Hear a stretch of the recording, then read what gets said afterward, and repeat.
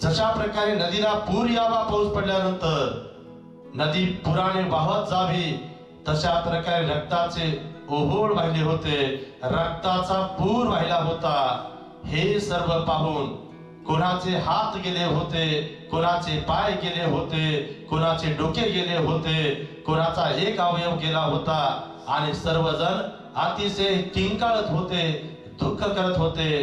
राजा अशोकाने हे पाहिलं तेव्हा राजा स्वागत आहे आपल्या सर्वांचं। हे बुद्धा टीचिंग चॅनल आहे।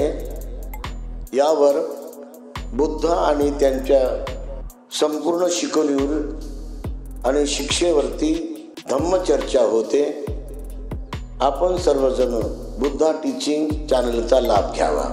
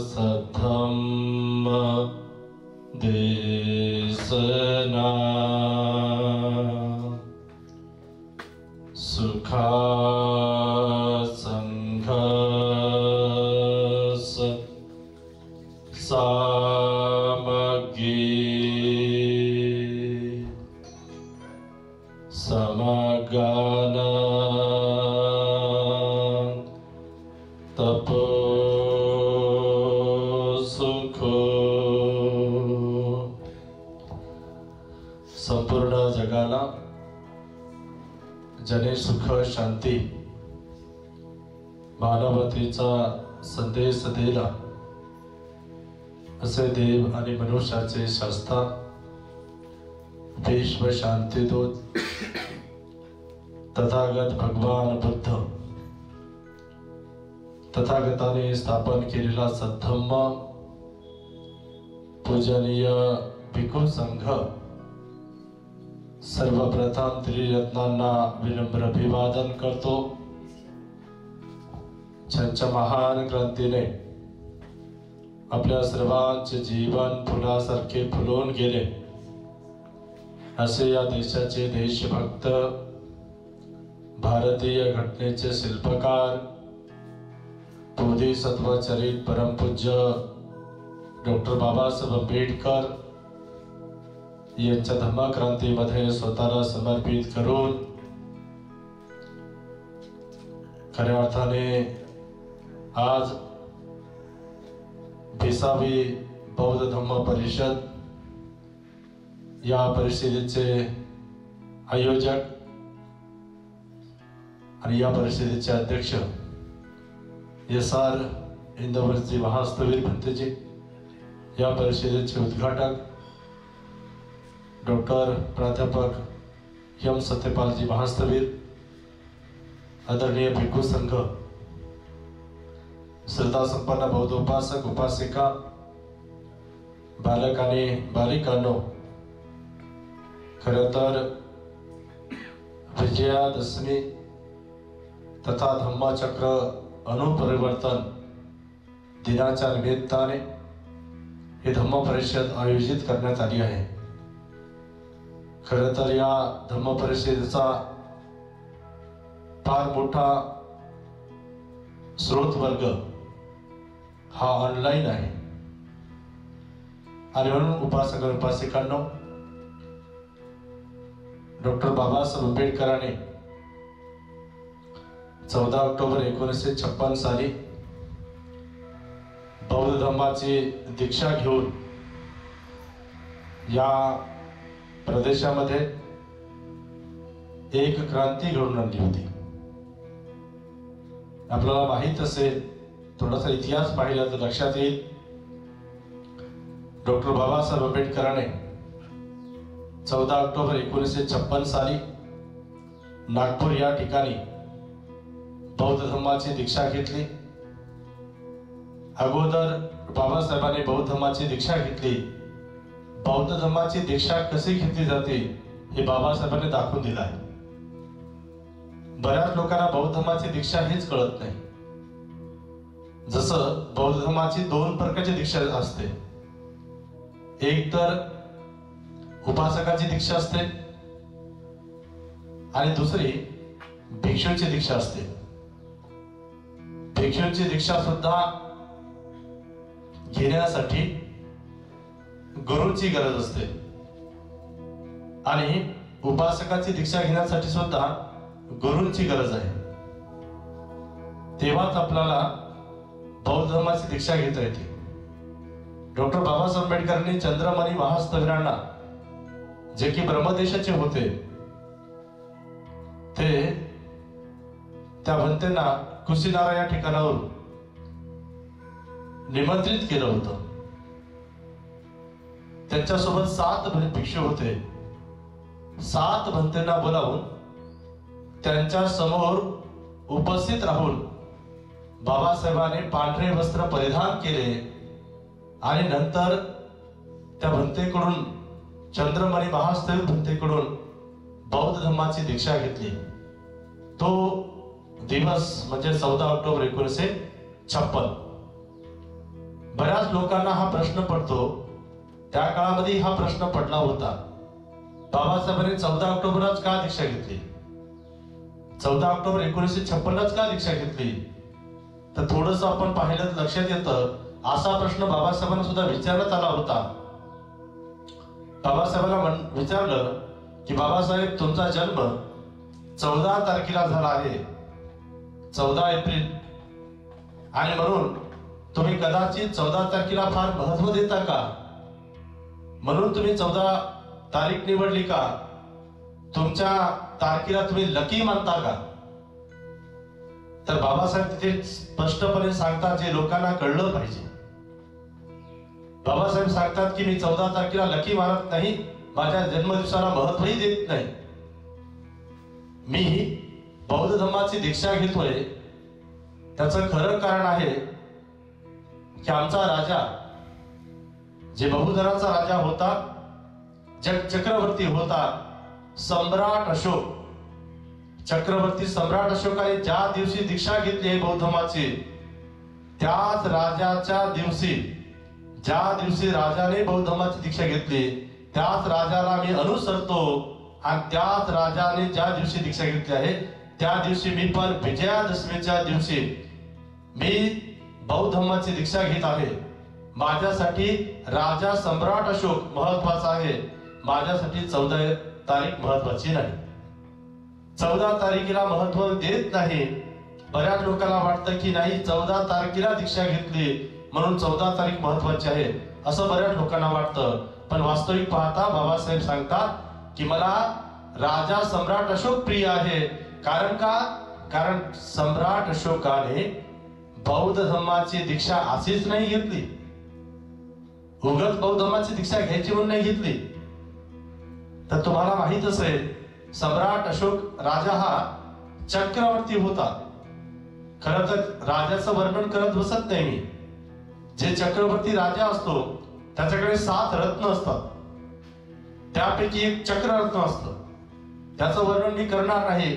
त्याला खऱ्या अर्थाने सम्राट अशोकाने बौद्ध धर्माची दीक्षा का घेतली याचा थोडासा इतिहास पाहिला तर लक्षात येईल. सम्राट अशोकाने आपला जवळचा सर्व प्रदेश जिंकून घेतला होता, आपलं राज्य वाढवलं होतं. जसं तुम्हाला पाहायला मिळतं, ज्या देशाला तेव्हा भारत म्हणत नव्हते, या देशाला त्यावेळेस जम्बूद्वीप म्हणत होते. आणि जम्बूद्वीपाचा प्रदेश हा फार मोठा होता. जम्बूद्वीप म्हणजे आताचा भारत, आताचा पाकिस्तान, आताचा अफगाणिस्तान, आताची श्रीलंका, आताचा ब्रह्मदेश, आताचा भूटान, आताचा नेपाळ, अशा विशाल प्रदेशावरती सम्राट अशोकाचं राज्य होतं.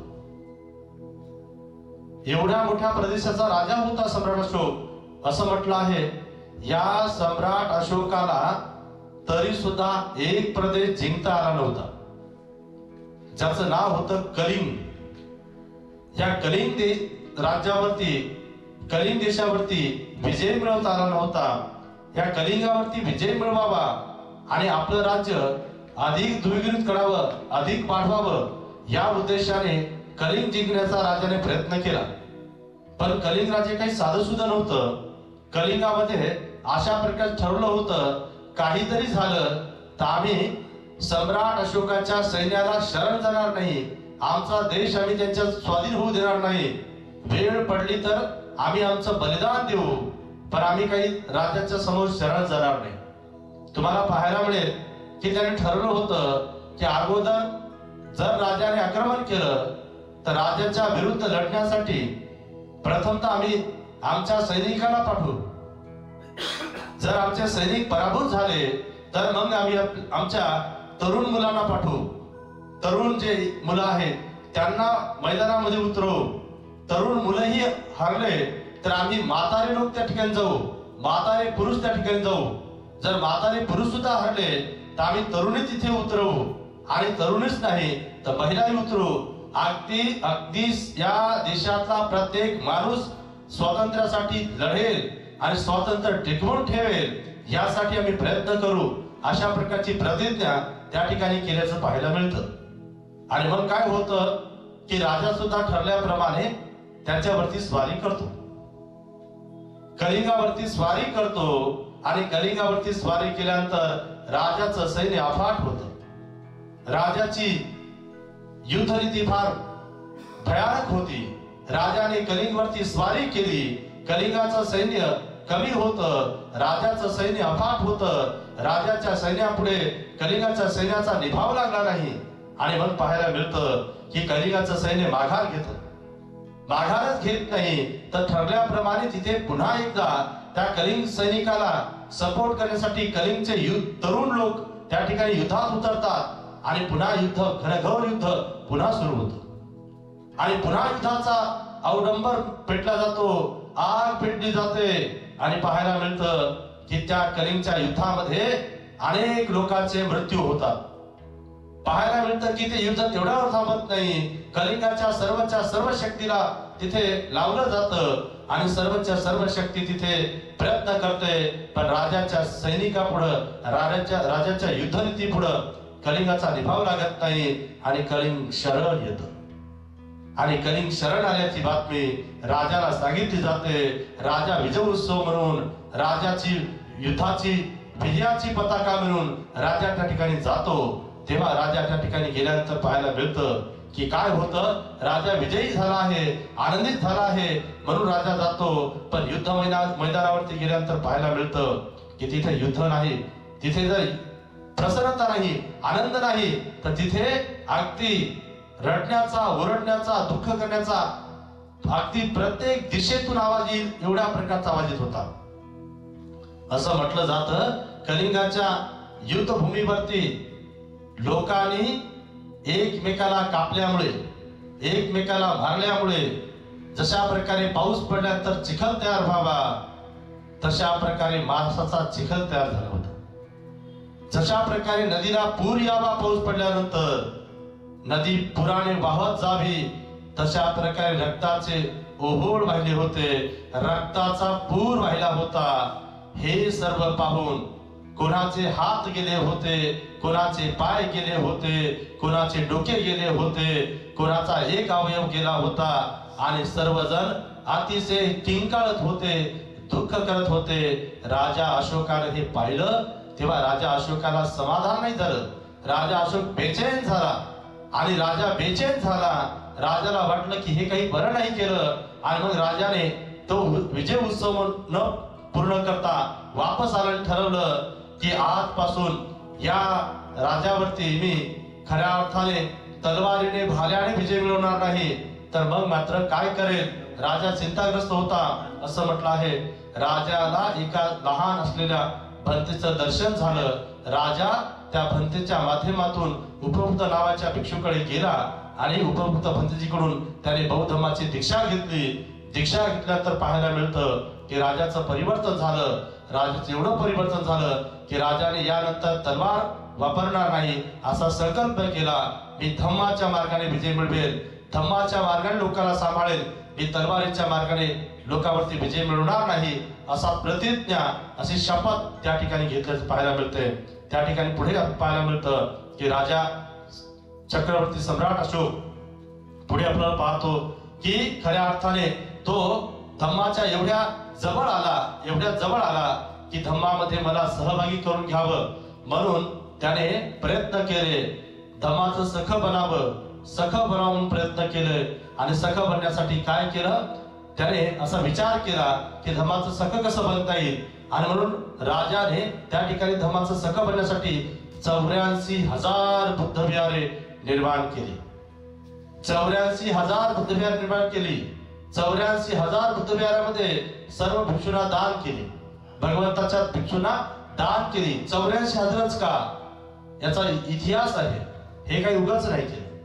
84,000 का केले तर म्हटलं आहे 84,000पैकी 82,000 भगवान बुद्धाच्या प्रमुख शिष्य म्हणजे 82,000 उपदेश भगवान बुद्धाने स्वतः केले होते. 82,000 उपदेश भगवान बुद्धाने स्वतः लोकांना केले आहेत आणि 2,000 उपदेश भगवान बुद्धाचे प्रमुख शिष्य होते, जे 80 शिष्य होते. 80 अग्रश्रावक म्हटलं जातं, त्याने 2,000 उपदेश केले आहेत. त्या 2,000 उपदेशाला मिळून 84,000 उपदेश होतात. म्हणून राजाने बुद्धाच्या साहित्याला समोर ठेवून 84,000 विहार निर्माण केले. एवढं करून तो भंतेकडे गेला आणि सांगू लागला की भंते, मी धम्माचा सखा झालो का, मी धम्माचा सखा झालो आहे का.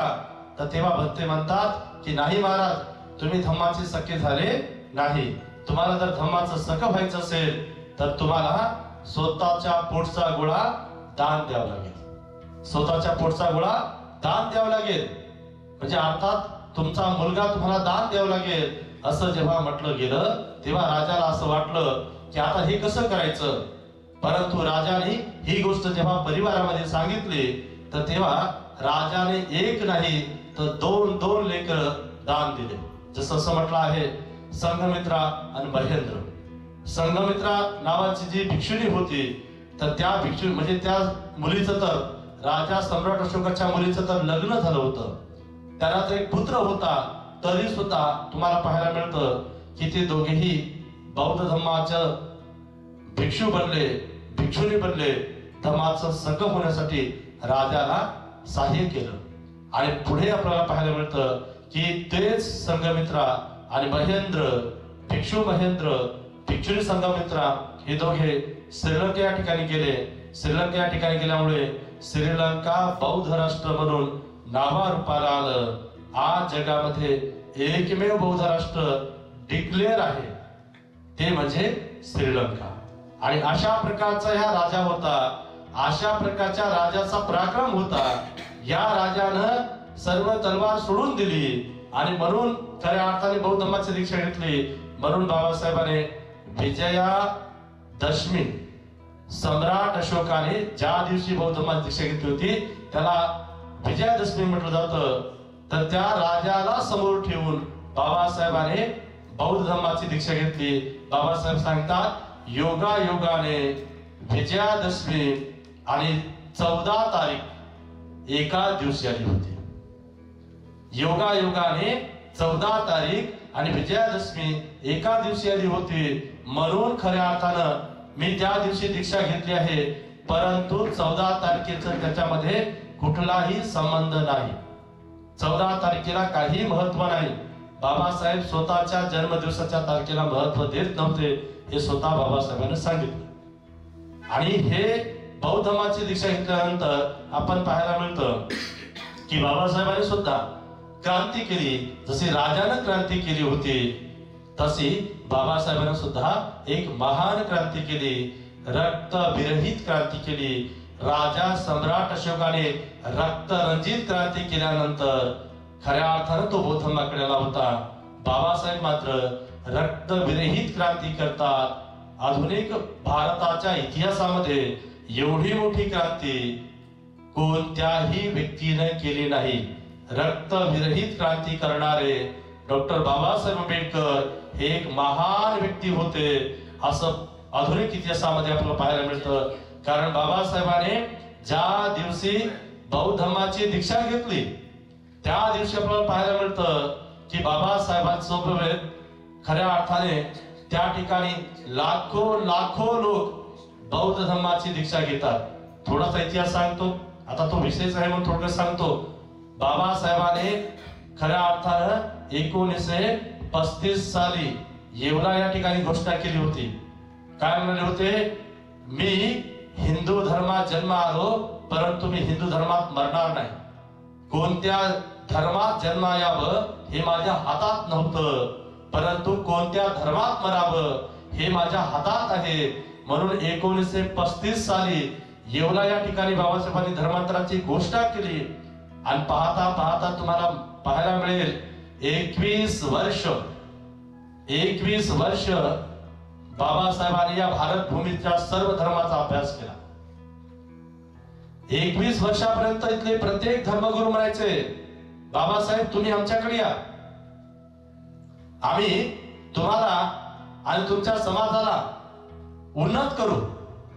काही तर बाबासाहेबांना असं सांगितलं होतं. काय म्हणाले? बाबासाहेब तुम्ही जर आमच्याकडे आलात ना, तर तुमचा सोन्याचा पुतळा चौकात उभा करू, पण तुम्ही आमचा धर्म स्वीकारा. बाबासाहेबांना काही लोक म्हणाले की तुम्हाला तुमच्या समाजाला आम्ही उन्नत करू, प्रगत करू, जे पाहिजे ते देऊ, पण तुम्ही आमच्या धर्माचा स्वीकार करा. बाबासाहेबांनी कोणाचं ऐकलं नाही. तुम्हाला माहित असेल अनेक प्रसंग घडले. बाबासाहेब या ठिकाणी देवगिरी नावाचा किल्ला आहे, तुम्ही पाहिलं असेल, त्या ठिकाणी आले होते. त्याचा एक प्रसंग आहे की बाबासाहेब त्या ठिकाणी आले, तर आल्यानंतर बाबासाहेबांना देवगिरी किल्ल्यात जाऊ दिलं जात नव्हतं. बाबासाहेबांना देवगिरी किल्ल्यात जाऊ दिलं जात नव्हतं, कारण बाबासाहेब शूद्र आहेत म्हणून जाऊ दिलं जात नव्हतं. ही गोष्ट जेव्हा इथल्या बाकी लोकांना, बाकीच्या समाजाला जेव्हा कळली आपल्या, तेव्हा समाजाचे लोक सुद्धा तिथे जमले. तिथे वादंग होणार असं वातावरण तयार झालं. पण बाबासाहेब तिथे सांगतात की तुम्ही जर अशा प्रकारचं आम्हाला स्वातंत्र्य देत नसाल, आम्हाला जाऊ देत नसाल, तर आम्ही उद्या भविष्यामध्ये आम्ही जो धर्म घेऊ तुमचा कदापि घेणार नाही. अशा धर्मामध्ये जी विषमता आहे, आम्ही अशा धर्माचा कधी स्वीकार करणार नाही. तेव्हा मात्र त्या लोकांना वाटलं की नाही, बाबासाहेब हे महान व्यक्ती आहेत, आणि म्हणून त्याने तात्काळ सर्व दूर केलं आणि त्यांना परमिशन दिली. बाबासाहेबांना असे एक नाही असे अनेक प्रसंग आले. बाबासाहेब रायगडावर गेले. बाबासाहेब इथे आपल्याला पाहायला मिळतं की या शहरात आले. बाबासाहेबांनी 21 वर्ष अभ्यास करताना बाबासाहेबांकडे शीख आले, बाबासाहेबांकडे मुस्लिम आले, बाबासाहेबांकडे यहुदी आले, बाबासाहेबांकडे अनेक लोक आले, बाबासाहेबांकडे ख्रिश्चन आले आणि म्हणाले की तुम्ही आमचा धर्म घ्या, आमचा धर्म घ्या, आम्ही तुम्हाला खऱ्या अर्थाने जे पाहिजे ते देऊ. जसं आपण पाहिलं असतं, जसं काही लेखकांनी लिहिलं, बाबासाहेबांचं बौद्ध धर्माऐवजी अन्य कुठला धर्म घेतला असता तर बाबासाहेबांच्या लोकांनी हातात तलवारी घेतल्या असत्या. म्हणजे आज आपण पाहतो तलवारीवाले धर्म आहेत. तलवारीवाला धर्म जर घेतला असता तर बाबासाहेबांच्या लोकांनी तलवारी घेतल्या असत्या, तर बाकी लोकांना असं सोडून दिलं नसतं. बाकी लोकांना आता तलवारीचा उपयोग करून दाखवला असता. बाबासाहेबांना ही रक्त रंजित क्रांती पाहिजे नव्हती. बाबासाहेबांना माणसाला माणूस म्हणून जगण्याची एक प्रकारची समता, बंधुत्व, न्याय असणारा धर्म पाहिजे होता. म्हणून बाबासाहेबांनी 21 वर्ष अभ्यास केला. 21 वर्ष अभ्यास केल्यानंतर बाबासाहेब 14 ऑक्टोबर 1956 ला बौद्ध धर्माची दीक्षा घेतात. का घेतात तर सांगतात की या बौद्ध धर्मामध्ये, या भगवान बुद्धाच्या धर्मामध्ये स्वातंत्र्य आहे, बंधुत्व आहे, न्याय आहे, नीतिमत्ता आहे. आणि म्हणून बाबासाहेबांनी बौद्ध धर्माचा स्वीकार केला. उपासकांनो, उपासिकांनो, त्या बौद्ध धर्माचा स्वीकार करण्याच्या दिवसाला धम्मचक्र अनुपरिवर्तन दिन आपण म्हणतो. आणि आज आपण पाहतो की हा धम्मचक्र अनुपरिवर्तन दिनाच्या निमित्ताने ही धम्म परिषद आदरणीय भक्तांनी आयोजित केली. खरं तर उपासकांनो, उपासिकांनो, धम्म परिषद आयोजित करण्याचा उद्देश होता की लोकांना बौद्ध धर्म समजावा, बाबासाहेबांची क्रांती समजावी, खऱ्या अर्थाने भगवान बुद्धाचं तत्व समजावं. तुम्हाला पाहायला मिळतं की बाबासाहेबांच्या काळामध्ये बाबासाहेब रमा एकदा हट्ट करून म्हणाली की बाबासाहेब तुम्ही माझी एक गोष्ट ऐका, आपण पंढरीला जाऊ, आपण पंढरीला जाऊ, त्या विठ्ठलाचं दर्शन घेऊ. रमाईने बाबासाहेबांना म्हटलं होतं की आपण विठ्ठलाचं दर्शन घेण्यासाठी जाऊ. तेव्हा बाबासाहेब म्हणतात, असा विठ्ठल काय कामाचा, असा विठ्ठल काय कामाचा, ज्याला खऱ्या अर्थानं ज्याच्याकडे समता नाही, ज्याच्याकडे विषमता आहे, जो काही लोकांना दर्शन देतो, काही लोकांना दर्शन घेऊ देत नाही. म्हणजे खऱ्या अर्थानं बाबासाहेब सांगतात की अशा प्रकारच्या विठ्ठलाकडे जायची गरज नाही. रमाई, मीच उद्या भविष्यामध्ये एक पंढरी निर्माण करेल, एक पंढरी निर्माण करेल. त्या ठिकाणी गेल्यानंतर सर्वांना समानतेची भावना असेल, कोणी छोटा आणि कोणी मोठा असणार नाही. बाबासाहेबांनी ती क्रांती केली आणि नागपूर या ठिकाणी सर्व लोक, बौद्ध लोकांना नव्हे तर जे कोणी येईल त्या प्रत्येक व्यक्तीला समानतेनं वागवलं जातं किंवा समान असते. कोणी तिथे मोठं नाही, कोणी छोटं नाही. क्रांती करताना आणखी एक प्रसंग सांगतो. बाबासाहेबांनी जेव्हा घोषणा केली येवला या ठिकाणी की आम्ही हिंदू धर्मात जन्म आलो परंतु हिंदू धर्मात मरणार नाही, ही जेव्हा घोषणा केली तेव्हा अनेक लोकांनी बाबासाहेबांवरती आक्षेप घेतला. काय लोकांनी म्हणाले की बाबासाहेबांसोबत कोण जाणार आहे. तुम्हाला रायटिंग पेजेस मध्ये हे संदर्भ आले आहेत. बाबासाहेब कोण जाणार आहे. तेव्हा बाबासाहेब सांगतात, कोणी जरी आलं नाही तरी चालेल, कोणी आलं कोणी नाही आलं काही फरक पडत नाही, परंतु मी मात्र बौद्ध धर्माची दीक्षा घेणार, बौद्ध धर्माची दीक्षा घेणार. असं म्हटल्यानंतर काही लोक म्हणाले की काही लोक जाणार नाहीत. म्हणजे बाबासाहेब म्हणाले की कोण नाही आलं तर मी आणि माझी पत्नी घेईल, आम्ही दोघं तरी का होईना आम्ही बौद्ध धर्माची दीक्षा घेऊ. पण पाहायला मिळतं योगायोग पहा, खऱ्या अर्थानं बाबासाहेबांची क्रांती पहा, बाबासाहेबांचा त्याग पहा, बाबासाहेबांचं बल पहा. बाबासाहेबांचं बल काही साधं सुद्धा नव्हतं. बाबासाहेबांनी जशी घोषणा केली तसे ज्याला जसं वाटल तसं, जसं मिळेल तसं ते त्या ठिकाणी नागपूर या ठिकाणी गेले. आणि नागपूर या ठिकाणी गेल्यानंतर बौद्ध धर्माची दीक्षा घेण्यासाठी पांढऱ्या वस्त्राची गरज असते. उपासकांना पांढऱ्या वस्त्राची गरज असते. तर पांढरे वस्त्र घेऊन ते त्या ठिकाणी गेले.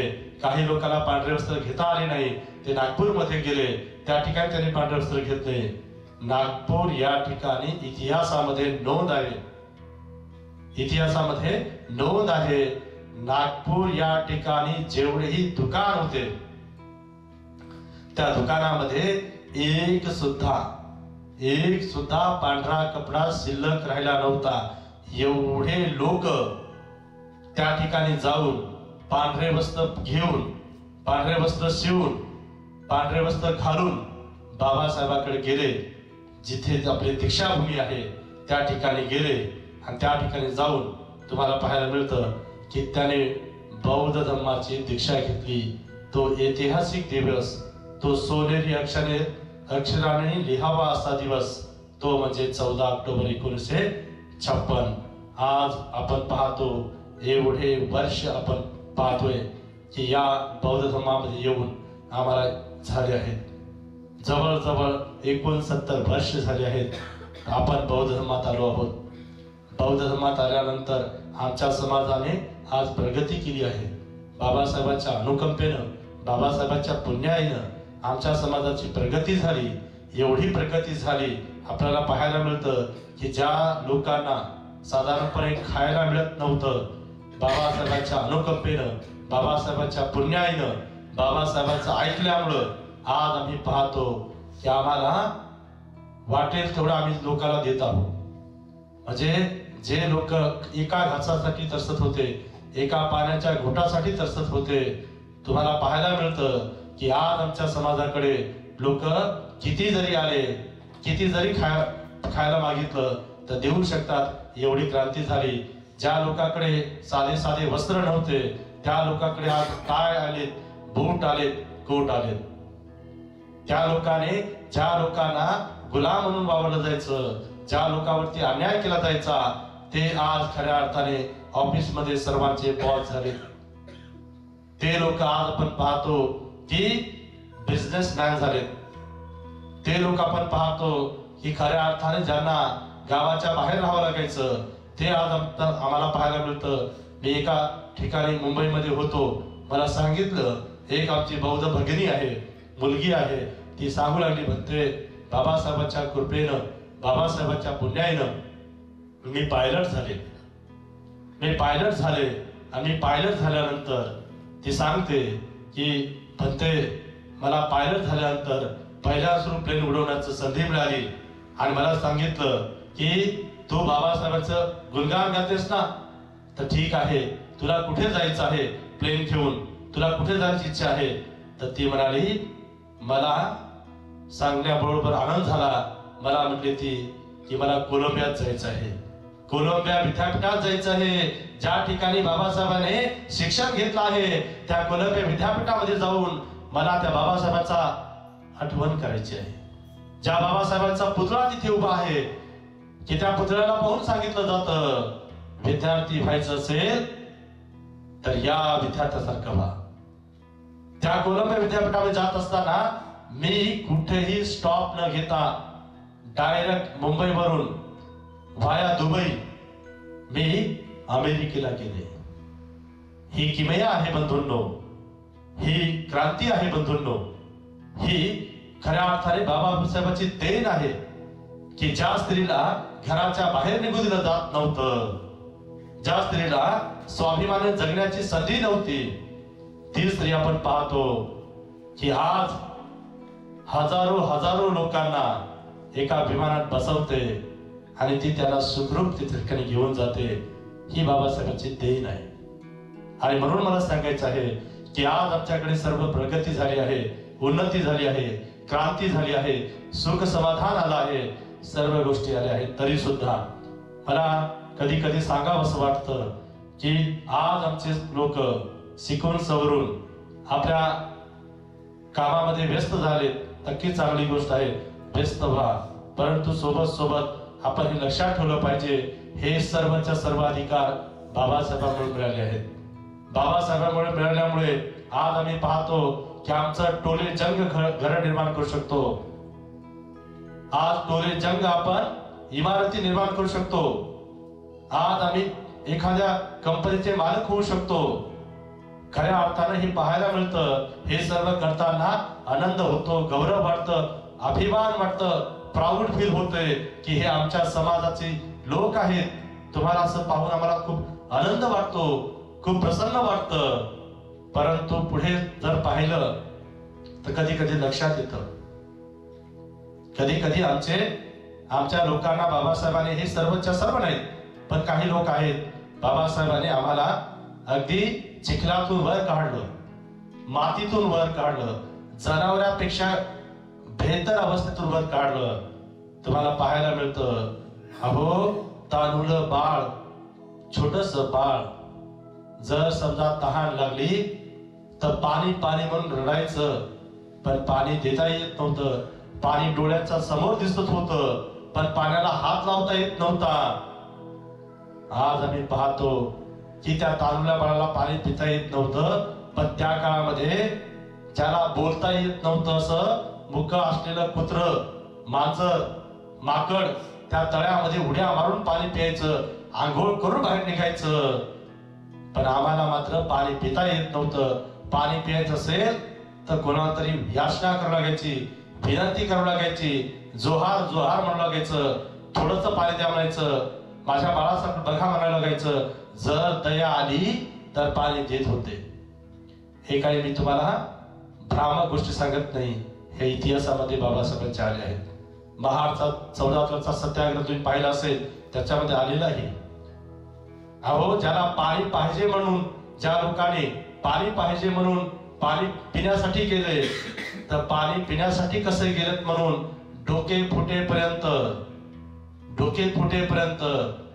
लोकांनी डोक्यामध्ये दगड मारले. बाबासाहेबांनी तरी संयम केला. अहो पाणी प्यायला गेलेल्या लोकांच्या अन्नामध्ये लोकांनी माती कालवली, तरी बाबासाहेबांनी संयम केला तुम्हाला त्या दरिद्री जीवनातून, दुःखी जीवनातून बाहेर काढण्यासाठी.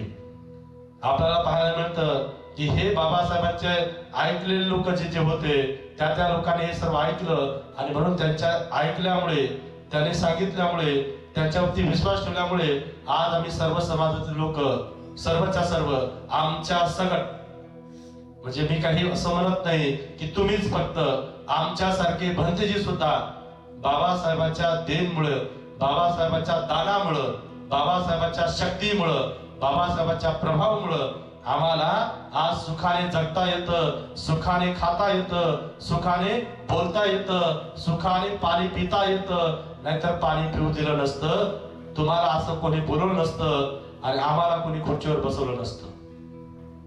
सांगण्याची हीच किमया वाटते, सांगण्याचं एवढंच तळमळ वाटते की खऱ्या अर्थाने आज आम्ही सर्व सुखात आहोत. सुखात असताना बरेच लोक बाबासाहेबांनी तुम्हाला माणूस बनवलं, आज काही लोक माणूस असून प्राण्यासारखं कार्य करू लागले, प्राण्यांच्याकडे जाऊ लागले, प्राण्यांना श्रेष्ठ मानू लागले, प्राण्यांची पूजा करू लागले. माणूस असून माणसाची पूजा करत नाहीत, माणूस असून माणसाला देत नाहीत, प्राण्याला देऊ लागले आणि स्वतःला धन्य म्हणू लागले. बघा, ही क्रांती आपल्याला समजली पाहिजे. ही काही साधीसुधी क्रांती नाही, ही काय अशीच क्रांती मिळाली नाही. तुम्ही पाहिलं असेल, खरं तर बोलण्यासारखं खूप आहे, परंतु मला थोडासा कमी वेळ आहे. मी थोडक्यात बोलणार आहे, अगदी काही मिनिटात सांगून समाप्त करणार आहे.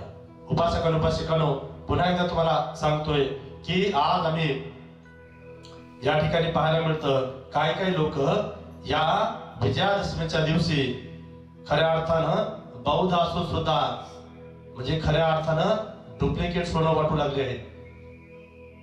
डुप्लिकेट सोनं वाटू लागले. वाटायचं असेल तर खरं वाटा ना. तुमच्यामध्ये जर हिंमत असेल, तुमच्यामध्ये जर चांगली क्रांती असेल तर सोनं वाटा. सोनं डुप्लिकेट काय म्हणजे साधारणपणे पाहायला मिळतं, आपट्याचे पानं, आपटा नावाचं झाड आहे, त्या झाडाची पानं तोडतात आणि लोकांच्या समोर जातात आणि सोनं घ्या, सोनं म्हणतात. हे सोनं नाही, हे पानं आहे. जर समजा याला सोनं म्हणायचं असेल, जर पानाला सोनं म्हणायचं असेल, तर तुमच्या हातात आणि गळ्यात जे अंगठ्या आणि सोन्याचे मणी आहेत ते काही पानं आहेत का? मग खऱ्या अर्थानं ही गोष्ट आपण लक्षात घेतली पाहिजे. आज ही अशा प्रकारची अंधश्रद्धा आहे, हे अंधविश्वास आहे, हे अधोगतीचे लक्षण आहे. बाबासाहेबांनी क्रांती करून माणूस बनवलं आणि आम्ही अज्ञानाकडे जाऊन माणसाची अवस्था सोडून प्राण्यांकडे चाललो आहे, अधोगतीला चाललो आहे.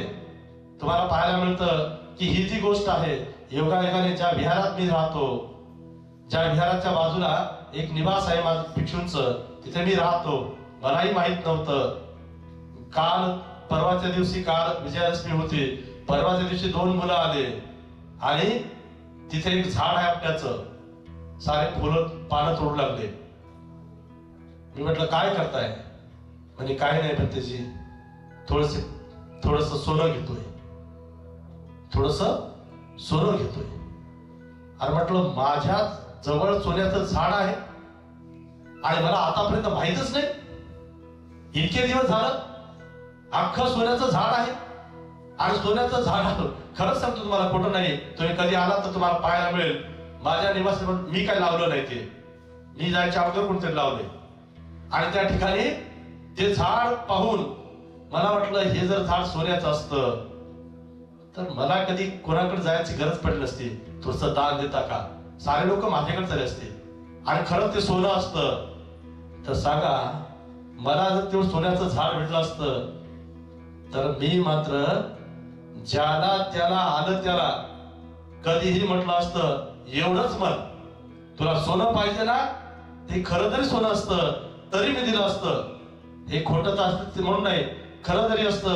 कारण ते जर सोनं असतं तरी पण ते काय मी कमावलं नाही. खऱ्या अर्थानं सोनं खरं असतं, बाबासाहेबांच्या क्रांतीमुळे आलं असतं आणि म्हणून ते मी दिलं असतं. देताना फक्त एवढं म्हणलं असतं, हे सोनं तुझं नाही, हे सोनं माझं नाही, हे बाबासाहेबांचं आहे. जर खरं असतं तर. आणि तुला म्हटलं असतं, एकदा बाबासाहेबांचं नाव घे, तुला एक सोन्याचा तुकडा घेऊन जाईल. म्हणजे खरं तर हे सोनं कधी असं होत नाही. बाबासाहेबांना सोन्यापेक्षाही मोठं काम केलं. बाबासाहेब म्हणाले, सोनं छोटं आहे, सोनं लिमिट मध्ये आहे. सोन्यापेक्षा श्रेष्ठ माणसं निर्माण केले. तुम्हाला माहित असेल आपल्या समाजामध्ये आजही काही लोक सोन्यापेक्षा श्रेष्ठ आहेत. बघा, तुम्ही इतिहासात पहा, भगवान बुद्धाचे जे भिक्खू होते, भिक्खू संघ होता, अहो सोन्यापेक्षा श्रेष्ठ होता. त्या भिक्खू संघाने आम्हाला बौद्ध धर्म जीवन ठेवण्याचं काम केलं. म्हणून हे एक दिवसाचं सोनं, हे डुप्लिकेट सोनं घेऊन तुम्हाला काय मिळणार आहे? बरेच लोक चोरून चोरून हे सोनं वाटतात. हे सोनं नाही, हे पाला आहे. याला पाला म्हणा. हे पाला शेळ्या खातात. हे पाला जो असतो ना, हे शेळ्या मेंढ्या खातात. आणि तेच पाला जर तुम्ही माणसं खाऊ लागले, अर्थात खाऊ लागले म्हणजे घेऊ लागले. तुम्ही सर कसं काय खाऊ लागले? खाऊ लागले, घेऊ लागले. हा, तर घेऊ लागले तर तुम्ही सुद्धा कोण होणार? साधारणपणे तुम्ही सुद्धा शेळीच होणार. म्हणून तर बाबासाहेबांनी सांगितलं 100 दिवस शेळी म्हणून जगण्यापेक्षा एक दिवस वाघासारखं जगा. बाबासाहेबांनी आम्हाला वाघ केलंय.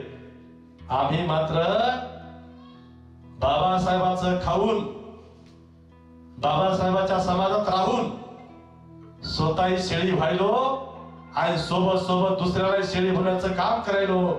जे जे असं काम करतील उपासिकांनो, त्या लोकांना बाबासाहेबांची जाण असणार नाही, बाबासाहेबांची देण समजणार नाही. परंतु बाकी लोकांना ज्यांना देण समजली, बाबासाहेबांची क्रांती समजली, बाबासाहेबांचं महत्व समजलं, त्या लोकांना पुन्हा एकदा सांगतो की आम्ही जे काही विजयादशमी आहे तर तो आमचा विजयाचा दिवस आहे, तो आमच्या क्रांतीचा दिवस आहे, ते आमच्या शौर्याचा दिवस आहे, ते आमच्या महान असलेल्या बाबासाहेबांचा खऱ्या अर्थाने आदर्शाचा दिवस आहे. त्या आदर्शाच्या दिवसाला आठवण करा. असं शेळ्यासारखं जीवन जगू नका, माणसासारखं जगा. स्वतः माणूस बना. जमलंच तर पटलंच तर बल आलंच तर दुसऱ्याला माणूस बनवा. आणि माणूस बनवाल तर माणसाचं जीवन हे श्रेष्ठ असतं असं भगवान बुद्ध म्हणतात. अनंत पुण्यकर्म करून मानवाचं जीवन मिळतं. उपासिकांनो, पुनश्च एकदा मला वाटतं या विजयादशमीच्या, या धम्मचक्र अनुपरिवर्तन दिनाच्या तुम्हा सर्वांना खूप खूप शुभेच्छा, मंगलमती व्यक्त करतो. या ठिकाणी थांबतो. सर्वांचं जय मंगल हो. साधु साधु साधु. बुद्धं नमामि. बुद्ध को नमन करता हूँ. धम्मं नमामि. धम्म को नमन करता हूँ. संघं नमामि. संघ को नमन करता हूँ.